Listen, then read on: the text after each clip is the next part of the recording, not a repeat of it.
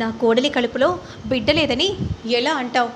డాక్టరే చెప్పేశాడు నా కోడలి కడుపులో బిడ్డ ఉందని, క్షేమంగా ఉందని చెప్పాక ఇప్పుడు నా కోడలి కడుపులో ఉన్న బిడ్డపై నిందలు మోస్తున్నావేంటి? హ్మ్, హ్మ్. నీ గురించి నిరూపించుకోవాలంటే నీ గురించి నిరూపించుకో. అంతేకాని నా కోడలి కడుపులో పెరుగుతున్న బిడ్డ గురించి మాట్లాడితే మాత్రం నేను ఊరుకోను అని కోపంగా ముత్యాలు అనగానే అలానే షాకింగ్గా చూస్తూ ఉండిపోతుంది. అది కాదు. ఏంటి? ఏం కాదమ్మా. ఎన్నంటూ మీ మాటలు వినాలి.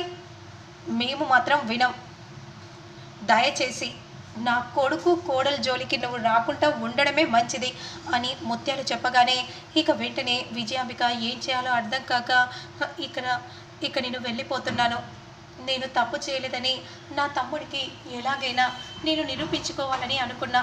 కానీ నిరూపించుకోలేని దుస్థితిలో ఉండిపోయాను అని అంటూ బాధగా దీనంగా అక్కడి నుండి వెళ్తూ ఉంటే ఇంకెప్పుడైనా సరే ఆధారాలు ఉన్నా లేకపోయినా ఇంకెప్పుడు నా కళ్ళ ఎదురుకు రాకుండా ఉండడమే మంచిదక్క అని అనగానే ఇక విజయాంబిక అక్కడి నుండి వెళ్తూ ఉంటే విరూపాక్షి మాత్రం మనసులో ఇలా అనుకుంటూ ఉంటుంది. నువ్వెంత బాధపడుతున్నావో నీకంటే నేను ఎక్కువ రేట్లో బాధపడ్డాను విజయాంబిక. ఇప్పటికైనా నీ తప్పు ఒప్పుకుంటే నీకే మంచిది. లేదంటే ఎటువైపు నుండి ఏ ముప్పు వస్తుందో, ఏ రకంగా నువ్వు నీ తప్పుని ఆ రోజు ఒప్పుకోకుండా మాత్రం నువ్వు ఉండలేవు. ఆ రోజు వచ్చేంత వరకు చూసే బదులు ఇప్పుడే నువ్వు చెప్తే నీకు అలాగే సూర్యకు కూడా మంచిది అని మనసులో విరూపాక్షి అనుకుంటూ ఉంటుంది. ఇక ఎంత చూసినా రేణుక మాత్రం మీరెవ్వరూ నమ్మరని నేను కూడా ఎవరికి చెప్పట్లేదు. కానీ ఇలాగే ఎన్ని రోజులు ఇలాగే ఉంటానో, ఏదో ఒకటి చేసి తీరుతానో అని మనసులో రేణుక అనుకుంటూ ఉంటుంది. ఇక మరోవైపు మాత్రం ఎరా దీపక్ ఇలా వీడియో డిలీట్ అవ్వడం ఏంట్రా? అప్పుడు వెంటనే ఫోన్ తీసుకొని దీపక్ చూస్తాడు. మమ్మీ వీడియో లేదు మమ్మీ. అప్పుడు రాజు వెంటనే ఎదురుపడి నేను డిలీట్ చేస్తే ఎలా ఉంటుంది? మీరు ఎన్ని ప్రయత్నాలు చేసినా సరే మీ తప్పుని పెద్దయ్య గారి ముందు ఒప్పుకునేంత వరకు మీకు మాత్రం ఇలాగే జరుగుతూ ఉంటుంది. పెద్దయ్య గారి ముందు మీ తప్పుని ఒప్పుకోండి. అప్పుడు నేనే అందరి ముందు నిజాన్ని బయట పెడతాను అని విధంగా అంటూ రాజు అలా వెళ్ళిపోతూ ఉంటాడు. ఏంటి మమ్మీ ఫోన్ అలా రాజుకి నువ్వెందుకు ఇచ్చావు? ఏంట్రా నువ్వు భలేవాడివి, నేనెందుకు ఇస్తాను?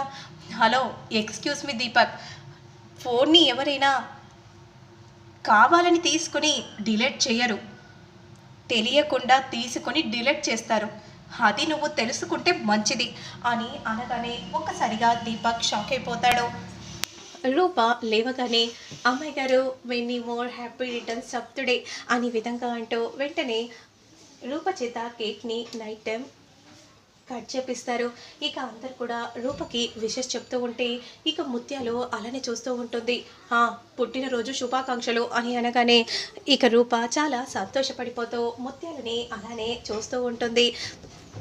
ఇక అప్పలనాయుడు కూడా చాలా సంతోషపడిపోతూ ఉంటారు. అమ్మ ఈరోజు నీ పుట్టినరోజు, నువ్వు ఎంతో సంతోషంగా ఉండాలి. సరే మావయ్య అనే విధంగా రూప అంటూ ఉంటుంది. నాన్న ఈరోజు అమ్మాయి గారికి మర్చిపోలేని కానుకను ఇవ్వాలని అనుకుంటున్నాను. అన్నయ్య నువ్వు ఇవ్వాలనుకుంటే మేమెందుకు అడ్డుపడతాం? అలాగే కానివ్వు అని వరాలు కూడా అనగానే చాలా సంతోషంగా చూస్తూ ఉంటారు అందరూ కూడా. ఇక కట్ చేస్తే నెక్స్ట్ సీన్లో రూప బర్త్డేని గ్రాండ్గా డెకరేషన్ చేస్తాడు. అదంతా చూసిన రేణుక మండిపడిపోతూ ఉంటుంది. తన కోసం ఇంతలా ఏర్పాట్లు చేస్తున్నావు కదా అని మనసులో రేణుక అనుకుంటూ మండిపడిపోతూ ఉంటుంది.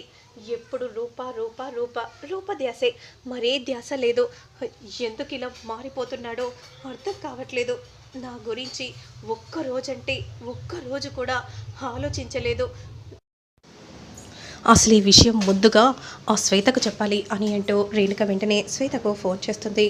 చెప్పు రేణుక అని శ్వేత అనగానే ఇక్కడ ఆ అమ్మాయి గారి బర్త్డేని ఎంతో అంగరంగ వైభవంగా రాజు జరిపిస్తున్నారు. అవునా? అవును. ఎంత సంతోషంగా ఉన్నారంటే నేను మాటల్లో కూడా వాళ్ళ మూమెంట్ని చెప్పలేకపోతున్నాను. ఎలాగైనా సరే ఈరోజు తను బర్త్డే అని అంటున్నావు కదా, ఆ బర్త్డేనే ఆసరాగా తీసుకొని పోలీసులు తీసుకెళ్ళేలా చేయాలి. అంటే ఏం చెప్తున్నావో, నువ్వేం చెప్తున్నావో నాకు అర్థం కావట్లేదు. హ్మ్. ముందు నువ్వు ఏం చేస్తావో నాకు తెలీదు. రూప ఎలాంటి డ్రెస్లో ఉందో నాకు నువ్వు వెంటనే ఇమీడియట్గా ఇన్ఫామ్ చేయి.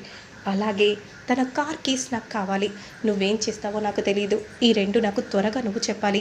సరే నేను చూసుకుంటాను అని విధంగా అంటూ కాల్ని కట్ చేయగానే, ఎలాగో శ్వేత అమ్మాయి గారిని ఎలా పట్టిస్తుందో తెలియదు. నాకు అమ్మాయి గారు పట్టుబడటం ముఖ్యం. ఎంత కష్టమైనా సరే నేను ఇష్టంగా చేస్తాను అని విధంగా అనుకుంటూ వెంటనే రేణుక అలా ఇంట్లోకి నడుచుకుంటూ వస్తూ ఉంటుంది. అదే సమయానికి అందరూ కూడా రూప కోసం ఎదురు చూస్తూ ఉండగా, అమ్మాయి గారు వస్తున్నారా?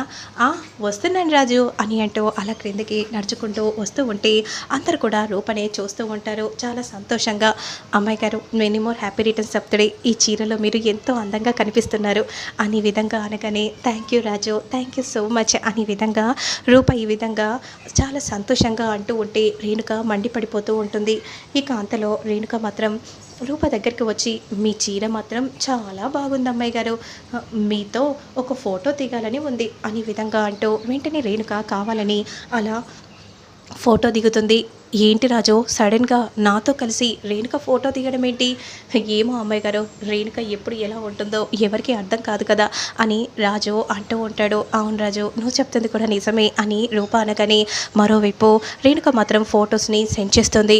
నువ్వు త్వరగా ఆ కీస్ని నాకు ఇవ్వు అని అనగానే వెంటనే అందరూ కూడా క్రిందనే ఉన్నారు. ఇప్పుడు నేను రూప రూమ్లోకి వెళ్ళి కార్ కీస్ వెతకాలి అనే విధంగా అంటూ రేణుక నెమ్మదిగా ఎవరు చూడకముందో రూప రూమ్లోకి వెళ్తుంది. మరోవైపు అమ్మాయి గారు కేక్ కట్ చేయండి అని అనగానే రూప ఎంతో సంతోషంగా కేక్ని కట్ చేయబోతూ ఉండగా, రాజు, అమ్మ, నాన్న, అమ్మాయి గారు మీరేం కంగారు పడకండి, నేను అన్నీ సెట్ చేశాను, ఖచ్చితంగా మీ బర్త్డేకి వస్తున్నారు అని విధంగా అనగానే, ఇక అదే సమయానికి పద్మావతి అలా సూర్యప్రతాప్ని తీసుకొని ఇంట్లోకి రాగానే, నాన్న అని విధంగా అంటూ దగ్గరికి వెళ్తూ ఉండగా, నేను నా కోసం రాలేదు, ఎందుకు వచ్చానో తెలుసు కదా అని కోపంగా అనగానే వెంటనే రూప ఆగిపోతుంది. సారు, మీరు అట్లా మాట్లాడకండి, నేను మిమ్మల్ని తీసుకొచ్చాను, మీరు అట్లే ఉండాలి, మీరు ఇట్లా కోపంగా మాట్లాడితే మీ హెల్త్ ఏం కావాలి? మీరు శాంతిగా ఉంటేనే మీ హెల్త్ త్వరగా క్యూర్ అవుతుంది సారు అని విరూపాక్షి చెప్తూ ఉంటుంది. ఇక వెంటనే కేక్ని కట్ చేసి అలా అందరికీ తినిపిస్తుండగా ఇక కార్ కేస్ రేణుకకు దొరుకుతాయి. వెంటనే శ్వేతకు ఫోన్ చేస్తుంది. శ్వేత కారులో వస్తుంది. నేను బయట వెయిట్ చేస్తున్నాను అని అనగానే వెంటనే రేణుక గబగబా కిందికి పరిగెత్తుకుంటూ వచ్చి శ్వేతకి కార్ కీస్ ఇస్తుంది. సరే ఇక నువ్వు త్వరగా వెళ్ళిపో అని అనగానే రేణుక వెంటనే ఏం తెలియనట్టు లోపలికి వెళ్ళిపోతుంది. రూప, నిన్నిప్పుడు రెడ్ హ్యాండెడ్గా పట్టించబోతున్నాను చూడు అనే విధంగా అంటూ వెంటనే రూప చీర కట్టును శ్వేత కట్టుకుంటుంది. ఇక కార్ కీస్ తీసుకొని వెంటనే రూప కార్ను తీసుకొని వేగంగా కార్ డ్రైవ్ చేస్తూ ఉంటుంది. చాలామందికి యాక్సిడెంట్ చేస్తుంది ఆ కార్తోనే. అలా యాక్సిడెంట్ చేసేసి వెంటనే ఏం తెలియనట్టు మళ్ళీ రాజు ఉన్న ఇంటి దగ్గర కార్ని అక్కడే పెట్టేస్తుంది. ఇక మరోవైపు అసలు వీటన్నిటికీ ఎవరు యాక్సిడెంట్ చేస్తున్నారో సీసీటీవీ ఫోటేజ్ చూస్తే తెలుస్తుంది అని అంటూ పోలీసులు వెంటనే సీసీటీవీ ఫోటేజ్ని చూడగానే రూప కార్ని చూసి షాక్ అయిపోతారు అందరూ కూడా. ఇది సూర్యప్రతాప్ గారి వాళ్ళ కూతురు కారు కదా? అవును సార్, అయితే వెంటనే మనం వెళ్ళాలి అని అంటూ ఇక వెంటనే సూర్యప్రతాప్ ఇంటికి వెళ్ళగానే యువర్ అండర్ అరెస్ట్ రూప గారు అని అనగానే ఒక్కసారిగా రూప షాక్ అయిపోతుంది. ఏం చెప్తున్నారు మీరు? ఈ సొసైటీలో మీరు ఎంతమందిని యాక్సిడెంట్ చేశారో మీకు అర్థమవుతుందా? 20 మందిని యాక్సిడెంట్ చేశారు. నేను యాక్సిడెంట్ చేయడం ఏంటి? ఈరోజు నా బర్త్డే, నేను ఇక్కడే ఉన్నాను. మీరు ఇక్కడే ఉంటే మరి ఈ సీసీటీవీ ఫుటేజ్లో మీ కార్ మీరు కూడా ఉన్నారు, మరి దీన్ని ఏమంటారు అని విధంగా అంటూ పోలీసులు చూపించగానే ఒక్కసారిగా రూపరాజు ఇద్దరు షాకింగ్గా చూస్తూ ఉంటారు.